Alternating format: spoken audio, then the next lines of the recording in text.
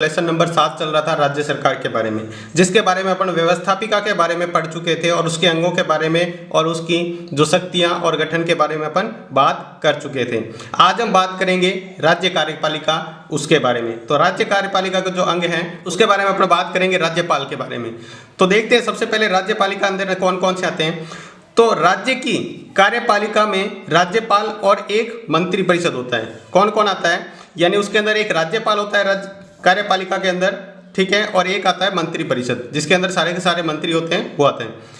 राज्यपाल राज्य का वैधानिक प्रधान होता है। ये सारा का सारा वैसा ही है जैसा केंद्र के अंदर पढ़ा था अपने राष्ट्रपति, तो राज्य के अंदर क्या होता है उसकी जगह राज्यपाल। दोनों का लगभग एकदम बिल्कुल सिमिलर है। वहां पर देखो केंद्र का वैधानिक प्रधान था राष्ट्रपति और यहाँ पर राज्य का वैधानिक प्रधान यानी औपचारिक प्रधान होता है, वो होता है राज्यपाल। जबकि इसका वास्तविक प्रधान होता है वो होता है मुख्यमंत्री और मंत्री परिषद। जिसका जो वास्तविक प्रधान होता है वो कौन होता है, मुख्यमंत्री या मंत्री परिषद। जबकि केंद्र के अंदर अपने पढ़ा था प्रधानमंत्री और मंत्रिमंडल, उसके बारे में पढ़ा था, वो क्या होते हैं, उनके वास्तविक प्रधान होते हैं। उसके बाद में पढ़ते हैं राज्य का वैधानिक प्रधान राज्यपाल। राज्यपाल के बारे में अब पढ़ेंगे अपन, राज्यपाल के बारे में जो इसका महत्वपूर्ण अंग है। राज्यपाल राज्य की कार्यपालिका का वैधानिक प्रधान होता है, ये अपन पहले बात कर चुके हैं। औपचारिक प्रधान होता है सिर्फ नाम मात्र का। अपन कोई भी फैसला ऐसा नहीं सुनते हैं कि ये राज्यपाल ने लिया, सारा का सारा किसके बारे में सुनते हैं, मुख्यमंत्री के बारे में। तो लगभग नाम से तो सारा का सारा व्यवस्था तो कौन चलाता है, मुख्यमंत्री, लेकिन नाम मात्र का जिसको कह सकते हैं प्रधान है वो है राज्यपाल। राज्यपाल की नियुक्ति राष्ट्रपति द्वारा 5 वर्ष के लिए होती है। यानी राज्यपाल की नियुक्ति कौन करता है, अच्छी तरह पर्सन यहाँ पर बनता है, राज्यपाल की नियुक्ति राष्ट्रपति करता है। और कितने समय के लिए, 5 वर्ष के लिए, ठीक है। उसे कार्य अवधि से पूर्व भी राष्ट्रपति द्वारा अगर चाहे राष्ट्रपति तो उसे 5 साल से पहले भी हटा सकता है या एक राज्य से दूसरे राज्य पर क्या कर सकता है, स्थानांतरण कर सकता है, यानी उसका ट्रांसफर कर सकता है। एक राज्य से दूसरे राज्य के अंदर उसको राज्यपाल बना सकता है। और कई बार स्थितियां ऐसी भी आती है एक ही व्यक्ति को दो राज्यों का राज्यपाल कार्यभार संभालना पड़ता है कुछ समय के लिए, जब तक दूसरे राज्य का राज्यपाल नियुक्त नहीं हो जाता। या राज्यपाल चाहे तो स्वयं भी अपना त्याग पत्र दे सकता है, यानी राज्यपाल चाहे तो वह 5 साल से पहले खुद ही अपना त्याग पत्र दे सकता है। उसके बाद में अपन बात करेंगे राज्यपाल की नियुक्ति से संबंधित।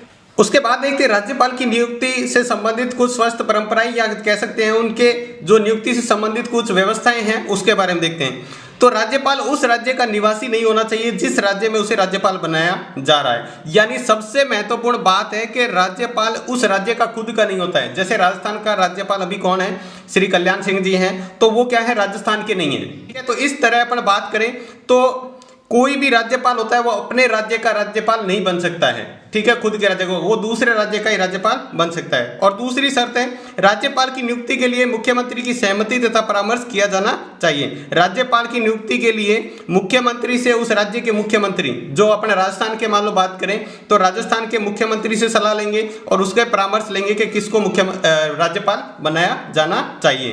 तो देखो पहली तो बात है वो उसी राज्य का निवासी नहीं होना चाहिए और दूसरी बात है कि वो मुख्यमंत्री की सहमति और परामर्श से ही राज्यपाल चुना जाता है।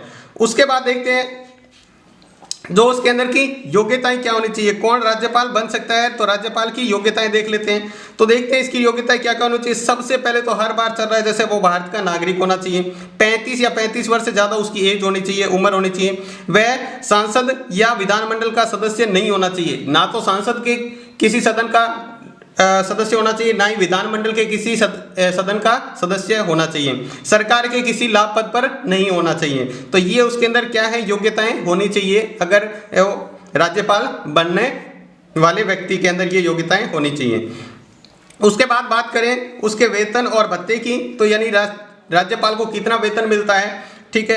वैसे तो संविधान के अनुसार समय समय पर इसकी व्यवस्था की गई है, यानी समय समय पर वेतन बदला जाता है। लेकिन वर्तमान की बात करें तो 1,10,000 रुपये उसको मासिक वेतन मिलता है, यानी उसकी सैलरी बात करें हर महीने 1,10,000 रुपये राज्यपाल को वेतन के रूप में मिलते हैं। इसके अतिरिक्त उसके अलावा उसको निःशुल्क आवास यानी रहने के लिए घर, कई तरह के भत्ते और अन्य सुविधाएं उसको फ्री में मिलती हैं। तो ये था राज्यपाल के वेतन और भत्ते के बारे में। इसके बाद बात करते हैं पर राज्यपाल की शक्तियां और कार्य क्या क्या हैं। जो राज्यपाल किसी राज्य का होता है उसके अंदर क्या क्या शक्तियां और वो क्या क्या कार्य करता है। तो राज्यपाल की राज्य में वही स्थिति है जो राष्ट्रपति की केंद्र में, यानी जो केंद्र के अंदर राष्ट्रपति होता है वो की वो स्थिति राज्यपाल की राज्य के अंदर है। ठीक है, दोनों की शक्तियों में कुछ क्षेत्रों को छोड़कर बहुत कुछ समानता है, यानी कुछ एक क्षेत्रों को छोड़ दे तो लगभग उनकी दोनों की शक्तियां क्या है, बराबर है। जो राष्ट्रपति की शक्तियां वो की वो किसकी है, राज्यपाल की शक्तियां भी है। तो राज्यपाल की प्रमुख शक्तियां देखते हैं, कार्यपालिका की शक्तियां जो अपने उसके अंदर भी पढ़ा था, राष्ट्रपति के अंदर भी, तो इसके अंदर भी देख लेते हैं। संविधान द्वारा राज्य की कार्यपालिका की शक्तियां राज्यपाल में प्रदान है। जो संविधान द्वारा राज्य की कार्यपालिका शक्तियां किसके अंदर है, वो राज्यपाल के अंदर राज्यपाल को प्रदान की गई है। ठीक है, यानी जो कार्यपालिका की जितनी भी शक्तियां वो किसके अंदर है, राज्यपाल के अंदर, राज्य की, और केंद्र की किसके अंदर होती है, राष्ट्रपति के अंदर। लेकिन वह इन शक्तियों का प्रयोग मंत्रिमंडल, मंत्रिपरिषद और मुख्यमंत्री की सलाह से करता है। लेकिन वो इन शक्तियों का प्रयोग कब करता है, प्रयोग कैसे करता है, वो मंत्रिपरिषद और मुख्यमंत्री की सलाह से करता है। अपनी मर्जी से नहीं कर सकता, वो मंत्रिपरिषद से और मुख्यमंत्री के सलाह लेकर उनका प्रयोग कर सकता है। इस संबंध में मुख्यमंत्री की नियुक्ति करता है, वो क्या करता है, मुख्यमंत्री की नियुक्ति भी कौन करता है, राज्यपाल करता है। यानी जिस पार्टी को बहुमत मिला है उसके अंदर से कौन सा व्यक्ति मुख्यमंत्री बनेगा तो उसकी नियुक्ति कौन करता है, मुख्यमंत्री की नियुक्ति राज्यपाल करता है, तथा अन्य मंत्रियों की भी नियुक्ति राज्यपाल ही करता है। यानी अन्य मंत्री है उनकी नियुक्ति भी कौन करता है, राज्यपाल ही करता है। उसके बाद आगे देखें, वह मंत्रियों के बीच कार्य विभाजन करता है, और वो मंत्रियों का क्या करता है, कार्य विभाजन भी वही करता है। यानी मंत्रियों, कौन सा मंत्री कौन कौन सा कार्य उसको यानी करना है, उसका भी विभाजन कौन करता है, वो भी राज्यपाल ही करता है।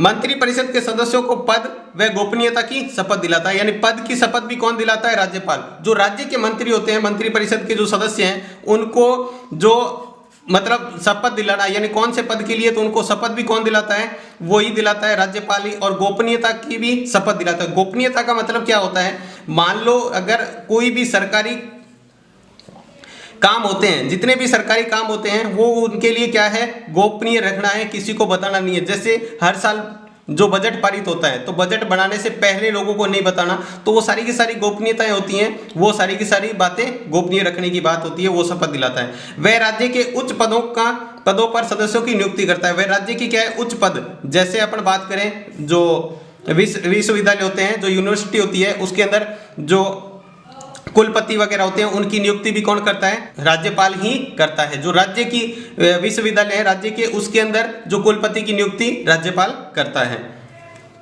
उसके बाद दूसरी शक्ति है वो है विधायी शक्ति। तो विधायी शक्ति के अंदर देख लेते हैं कौन कौन सी आती है।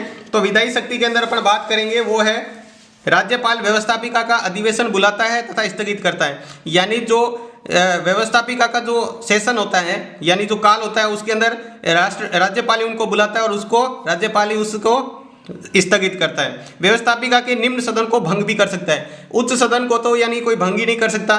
ठीक है, विधान परिषद की बात करते हैं तो उसको कोई भंग नहीं कर सकता, लेकिन जो विधानसभा होती है, यानी निम्न सदन होता है विधानसभा, उसको क्या कर सकता है, राज्यपाल भंग कर सकता है।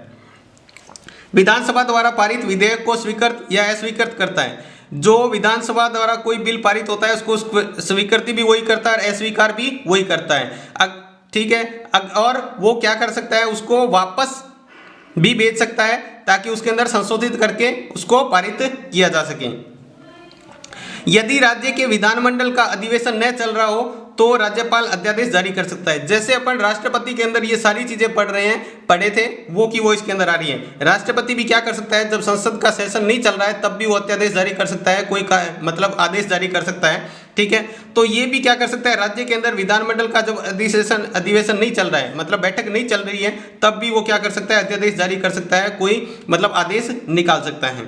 राज्यपाल विधान परिषद में 1/6 सदस्य को क्या करता है, मनोनीत करता है। जो अपन बात कर रहे थे बार बार कला से, ठीक है, समाज सेवा से और इनसे खेल से जो क्षेत्र से जुड़े हुए हो उनको क्या करता है, मनोनीत करता है, बिना चुनाव के सीधा उनको नियुक्त करता है। और विधानसभा के अंदर, ये तो विधान परिषद के अंदर, विधानसभा के अंदर भी क्या करता है, एक आंग्ल भारतीय समुदाय के सदस्यों को मनोनीत कर सकता है। विधानसभा के अंदर सिर्फ एक आंग्ल भारतीय को, ठीक है, एक आंग्ल भारतीय को। जबकि राष्ट्रपति क्या करता है, 2 आंग्ल भारतीय को नियुक्त करता है राष्ट्रपति, लेकिन राज्यपाल 1 आंग्ल भारतीय को नियुक्त करता है। तो ये थी इसकी विधायी शक्तियां।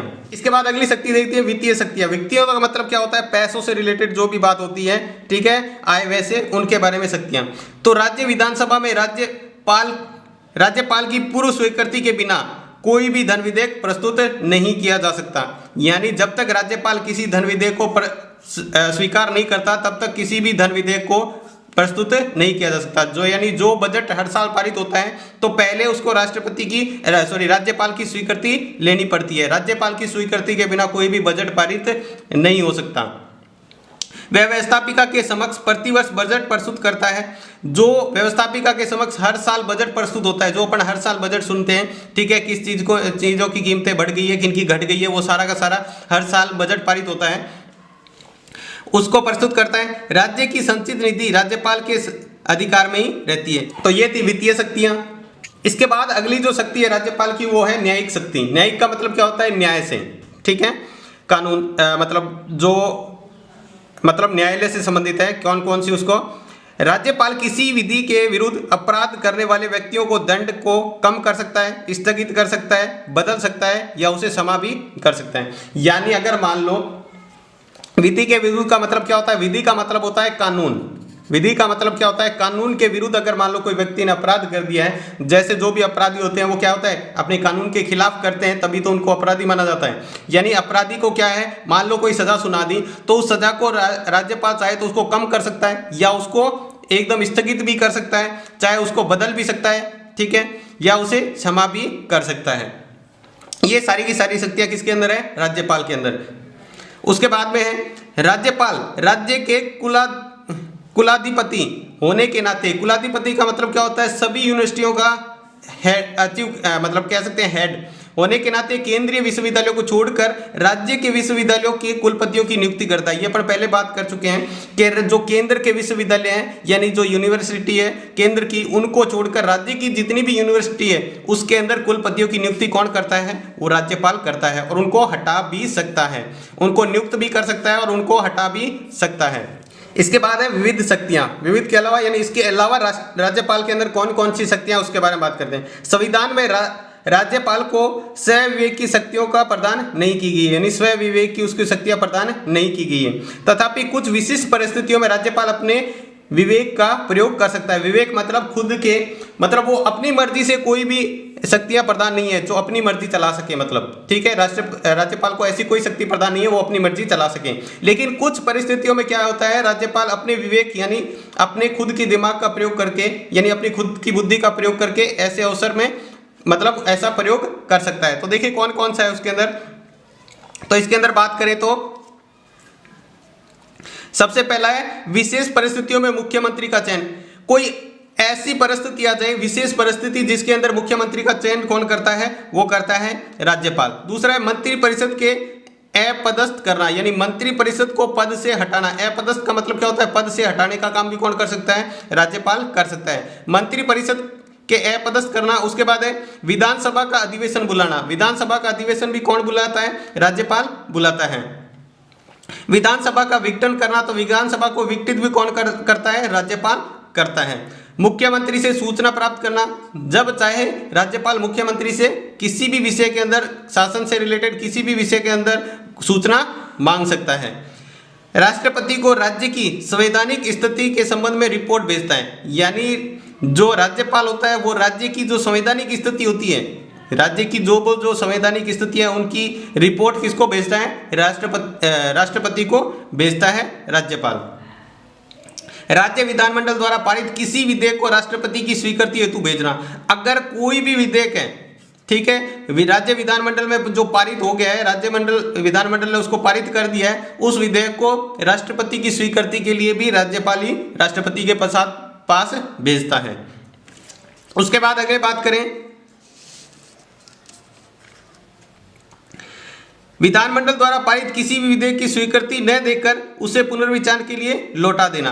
अगर राज्यपाल चाहे तो विधानमंडल द्वारा जो पारित विधेयक, कोई विधेयक पारित हो गया है, उसे स्वीकृति न देकर, उसे स्वीकृति न दिए हुए पुनर्विचार के लिए वापस लौटा सकता है, यानी वापस विचार करने के लिए उसके पास लौटा सकता है विधानमंडल के पास, के दोबारा इस पर विचार कीजिए, इसमें संशोधन करके दोबारा पेश करने के लिए कह सकता है। उसके बाद है किसी अध्यादेश को प्रस्तुत करने से पूर्व राष्ट्रपति के अनुदेश की याचना करना, यानी किसी भी अध्यादेश जारी करने से पहले राष्ट्रपति के अनुदेश की याचना करना, यह उसके अंदर कार्य और शक्तियां निहित है राज्यपाल के अंदर।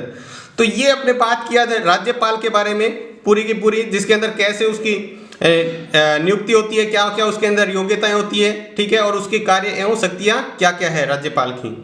तो आज की क्लास में बस इतना ही। क्लास आपको कैसी लगी हमें कमेंट बॉक्स में लिखकर जरूर बताएं। अगर आपको क्लास अच्छी लगी है तो लाइक करें, सब्सक्राइब करें और ज़्यादा से ज़्यादा लोगों को शेयर करके बताएं। धन्यवाद।